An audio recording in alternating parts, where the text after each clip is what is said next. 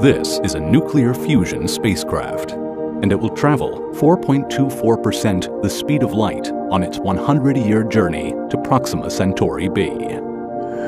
Mankind was born on Earth. It was never meant to die here. In which direction will the spaceship travel? And how will it generate artificial gravity? Will the population grow on board the spaceship, the Helianthus, over the next 100 years? What happens to bacteria in a closed-loop system? And what will the time dilation be once they arrive at the new planet? And what happens on board the Helianthus spaceship for the last 30 years of the journey to make sure that the passengers are adapted to the different living conditions on Proxima Centauri B, such as the higher gravity and the red light coming from the new sun? But why is the spaceship going to this specific planet, Proxima Centauri B? Because it is the closest habitable planet to Earth, at only 4.24 light-years away. And with its nuclear fusion engines, the Helianthus will reach Proxima Centauri B in 100 years. There are 1,800 passengers on board, and the journey starts now. The spacecraft launches from high Earth orbit, firing up its nuclear fusion drive. It takes 15 days to accelerate under 1G to reach the cruising speed of 4.24% the speed of light. And then comes the big spin. The Helianthus has passed Mars and is on its way to the asteroid belt next. Using its nuclear fusion engine, it took under 2 hours to pass the Moon and 14 days to pass the orbit of Mars. It is heading downwards 2.1 degrees below the ecliptic plane of the solar system. Earth and other planets go around the Sun almost like a flat disk. The star system of Proxima Centauri B is below this disk. That is why the spacecraft is on a downward flight path. 15 days have passed since launching from Earth. The engines have turned off. The spacecraft is now cruising at 4.24% the speed of light, and will do so for the next 99 years. Now begins the spin maneuver. Thrusters on the outside of the Helianthus fire up. With a diameter of 750 meters, 2,460 feet, about double the length of an aircraft carrier, the outer ring rotates and spins. To generate 1G of artificial gravity, it needs to spin 1.9 rotations per minute. After reaching 1G, the same as on Earth, the spin thrusters turn off and the Helianthus habitat ring will keep spinning for the rest of the trip. This is due to the conservation of angular momentum in space. The Helianthus command deck now brings the main living facilities online, from the schools and virtual reality theaters to the medical facilities, birth centers, and gardens. There are also multi-level aeroponic vertical farms within the spinning habitat ring, as well as DNA, data, and crop seed storage vaults. Inside the bedrooms, the passengers reattach the living modules from the now walls down to the floor.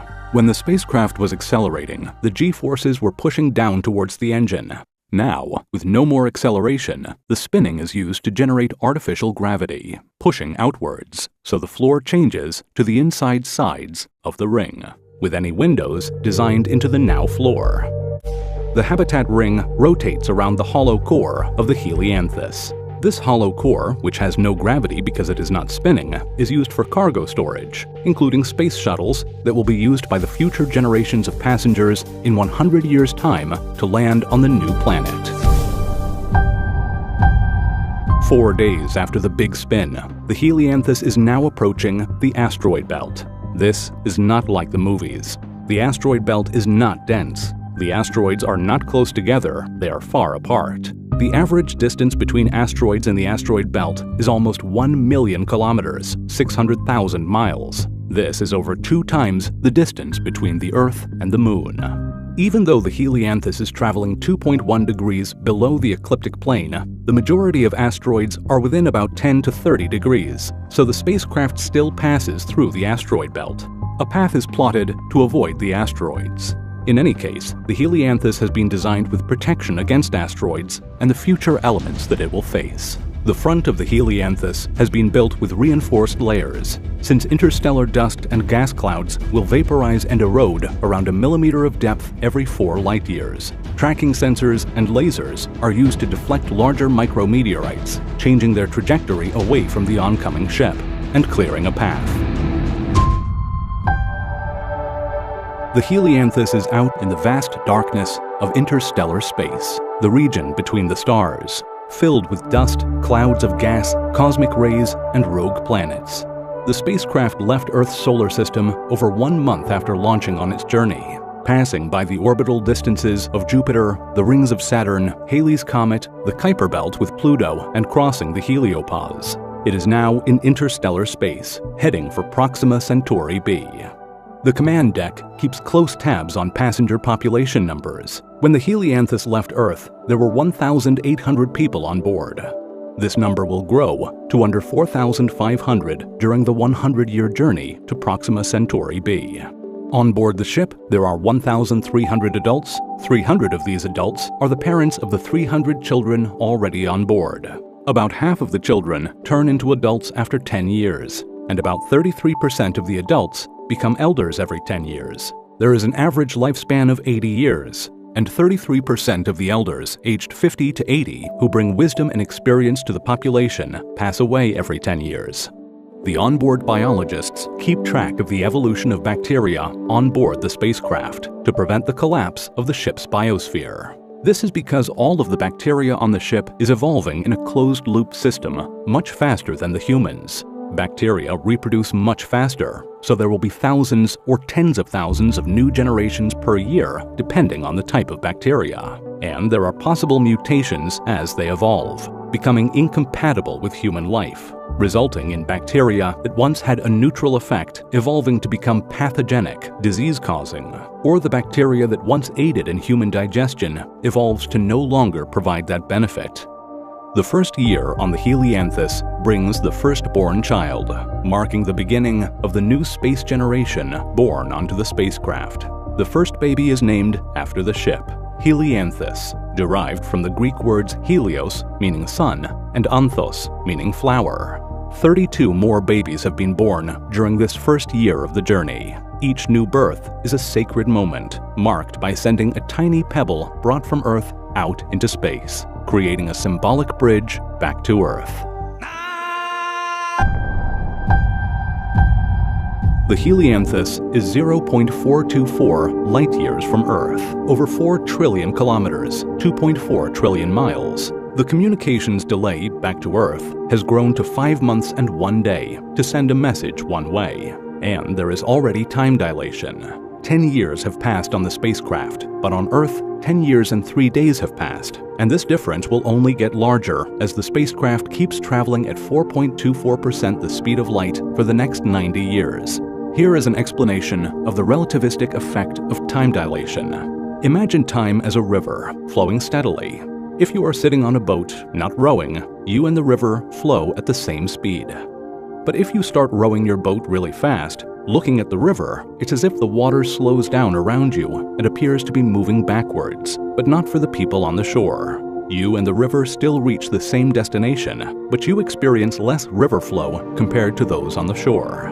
You age a bit less because your piece of the river flowed more slowly for you. How many extra days will pass on Earth when the spacecraft arrives at Proxima Centauri B? The first deaths have occurred on the spacecraft during the first 10 years of the journey, their bodies sent into space. A ship-wide moment of silence takes place each time a passenger passes on, followed by a reading talking about their future planet Proxima Centauri B and how the passenger has completed their duty, and their memory will live on forever on the new planet. The 20th year on board the helianthus marks the beginning of the second new generation born onto the spacecraft. The population is growing, so genetic diversity is crucial in order for there to be a well-balanced population during the 100-year journey and beyond. This means having rules. On board the helianthus, there are strict reproduction guidelines There are rules regarding family size. To ensure each family has the same genetic influence on future generations, and to avoid reducing genetic diversity, each set of parents will have a similar number of offspring. This number is set at a minimum of 2 and a maximum of 3 babies. This is needed to maintain the replacement rate of the parents and at the same time avoid high population growth that will strain onboard resources. There is also generational staggering. Parents are to reproduce at different intervals to prevent age clusters of children, large groups of children with the same age. All of these rules have been put into place to avoid the collapse of the passenger population. Even where a family lives on the spacecraft is monitored. The command deck allocates living quarters to different parts of the ship, creating a rotation system, making sure that individuals from different family units are more likely to interact. This ensures a regular mixing of the gene pool. And when it does come time to reproduce, couples undergo genetic counseling. Their genomes are sequenced to determine genetic compatibility and to understand any potential risks. If there are any issues, there are alternative options available on board, such as the Artificial Womb Lab, or using cryogenically frozen spermatozoa and egg samples brought from Earth. All of these guidelines are especially important for the initial generations of passengers. Having a highly genetically diverse population to start with makes it easier to maintain that diversity over the 100-year journey and beyond. The Helianthus is 1.27 light-years away from Earth and 2.97 light-years away from Proxima Centauri B. The communications delay with Earth is 1.27 years to send a message one way. The first generation of children born onto the ship have now reached mature adulthood. Soon, they will transition to junior leadership roles and advanced operational duties. The 1,000th baby is born. It has also been given the ship's name, Helianthus. Other common names on the ship include Elysium, Helios, Surya, Apollo, Terra, Joro, and Centauri. Even this far away from Earth, Earth-based mythology continues to live on. There is talk on board the spacecraft of changing the planet name Proxima Centauri B to something more human or even more spiritual in nature. The Helianthus is entering the 50th year of its journey, the halfway mark. Looking out of the windows, the passengers start to see a distinct but faint star. This is their new host sun, Proxima Centauri. From this point forward in the journey, the star gets brighter and brighter with each passing year. The passengers have changed the name of the star. They have given their new sun the name Helios. It is a red dwarf star, and its brightness is much lower than that of Earth's sun, at 65% the brightness. Future generations on Proxima Centauri B will be living with a lower light level of early evening on Earth, but the planet orbits its star much closer than Earth orbits the sun. 1 year is only 11 days. Their sun will appear larger in the sky, and the light will have a reddish color. The Helianthus ship will make changes to help the future passengers adapt to the new light and gravity. The Helianthus is now 2.54 light-years away from Earth, with a communications delay of 2.54 years to send a message one way. There is a time dilation of 60 years passing on the spacecraft, while 60 years and 19 days have passed on Earth. The passengers have renamed their destination planet Proxima Centauri B. The name has evolved over the years and has now been replaced by the new official name, Elysia, a paradise where heroes and the righteous go to ensure the continuation of humanity. At this point, 60 years into the journey, the command deck initiates the gravity evolution spin sequence. Since the gravity on Elysia is slightly higher than on Earth, the spin thrusters will be periodically fired up over the next 30 years to slowly increase the spin of the habitat ring, increasing the gravity on the spacecraft, so that for the last 10 years of the journey, the passengers, the new generations of humans, will be used to living under the heavier gravity that they will soon face on their new home planet. The expected gravity on Elysia is set to be around 1.026 times that of Earth, making it just slightly stronger. A person who weighs 50 kilograms, 110 pounds on Earth, will feel as if they weigh 51.4 kilograms, 113 pounds on Elysia. This slight added gravity means increased stress on the heart and cardiovascular system. The bones and muscles also undergo changes, becoming denser to support the higher gravity. The body's fluids redistribute slightly, leading to increased blood pressure in the lower limbs. And over time, the human species will become shorter on average, with a more compact body shape to be more energy efficient in the higher gravity environment. As the gravity slowly increases on board the Helianthus over the next 30 years, the lighting will also be adjusted. The lights on the spacecraft will slowly turn red and less bright, to match the dark red light seen from the new sun, Helios, when living on the new planet. In a world with less light and a red hue, human eyes will adapt and evolve in several ways. The iris could turn a shade of amber or gold to optimize for the red light. Pupils could be larger to allow more light in, making the eyes look darker overall. The white part of the eye, the sclera, would also become more pigmented to reduce glare and improve vision in the dim light. So while Earth humans have a variety of eye colors and a white sclera, these future Elysian humans could have a darker sclera and golden irises. There have been onboard rumors of hidden cryolabs and hibernation pods, where wealthy individuals from the Earth planet have paid to be frozen and taken along on the journey to be woken up at the new planet. The more creative passenger types conjure up other folklore that these frozen beings plan to colonize and rule over the inhabitants when they reach their new home planet. The new home sun, Helios, is prominently visible to the passengers on board the Helianthus and is getting brighter as they approach their final destination. 3 generations on board the spacecraft will make it to the new planet, with the elders also looking to reach Elysia before the end of their lives. The Helianthus is now entering the final year of its journey and will soon be preparing for its deceleration. Here are the current onboard population numbers.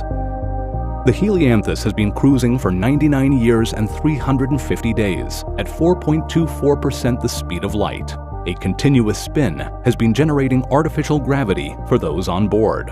But soon, 15 days before arrival, the spin thrusters will fire up again, this time in the opposite direction, for spin desaturation, to stop the spin. Then the Helianthus will perform a flip maneuver so that the engines are pointing towards Elysia, formerly Proxima Centauri B. When the engines fire up, this will be the deceleration burn to reduce velocity over the course of 15 days at 1g, decelerating the spacecraft, slowing it down to enter the orbit of the new planet, Elysia.